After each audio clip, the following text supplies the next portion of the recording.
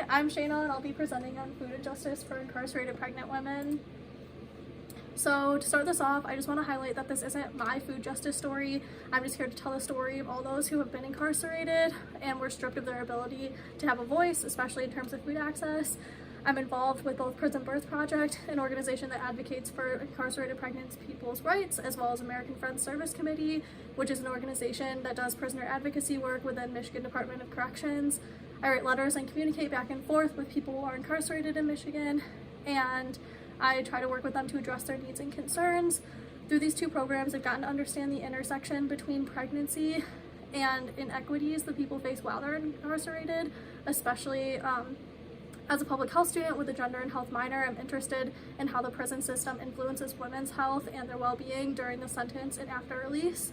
And while I'll be focusing more on the nutrition in prison for people who are pregnant, the information that I'm talking about foods that are available inside, access issues, limited resources, and inequities people face before and after prison are applicable to everyone within the prison industrial complex.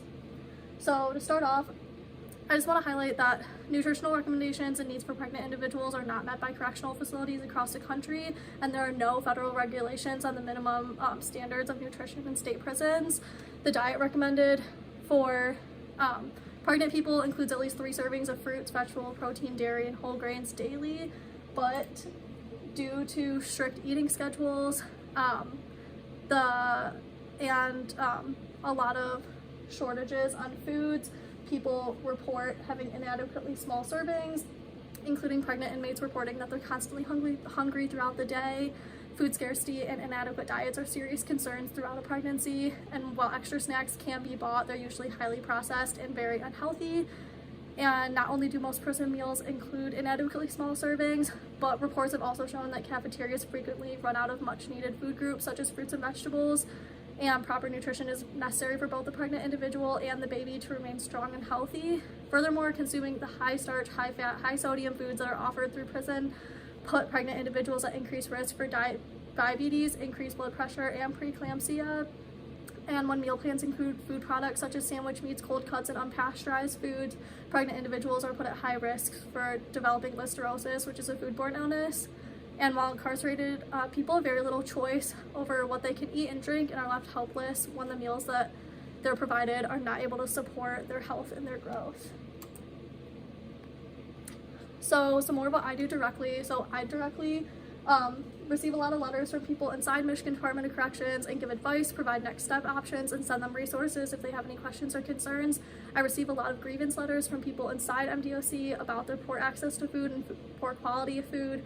Whether it be someone saying that guards are refusing to give them food trays, people being unable to buy food, inmates with dietary restrictions being unable to eat many of the foods, or someone who is pregnant saying that their feet are too swollen and they're not able to walk back and forth to the cafeteria. There's a lot of different issues that people come across with food access while incarcerated, and the only steps that people can take to advocate for themselves and their nutritional concerns are to write grievances.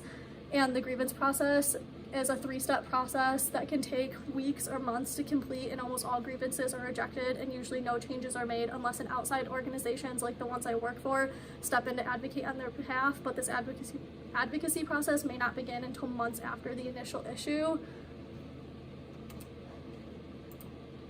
I also think it's really important to mention that incarceration disproportionately affects marginalized minority populations with the fewest resources to address or cope with these inhumane actions.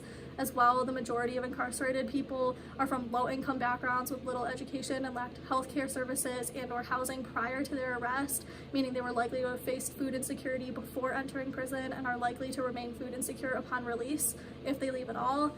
And the mental, emotional, and physical well-being of pregnant people and their child are harmed throughout the incarceration period as well as long afterwards.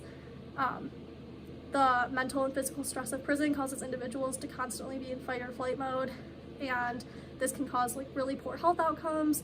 And food justice is just some of the many steps that need to take place to address the inequities incarcerated pregnant individuals face. Given that incarcerated people have little to no control over what they eat, it's up to Michigan Department of Corrections to take more responsibility in ensuring that healthy, safe options are available and preventing food injustice within the prison system. Thank you.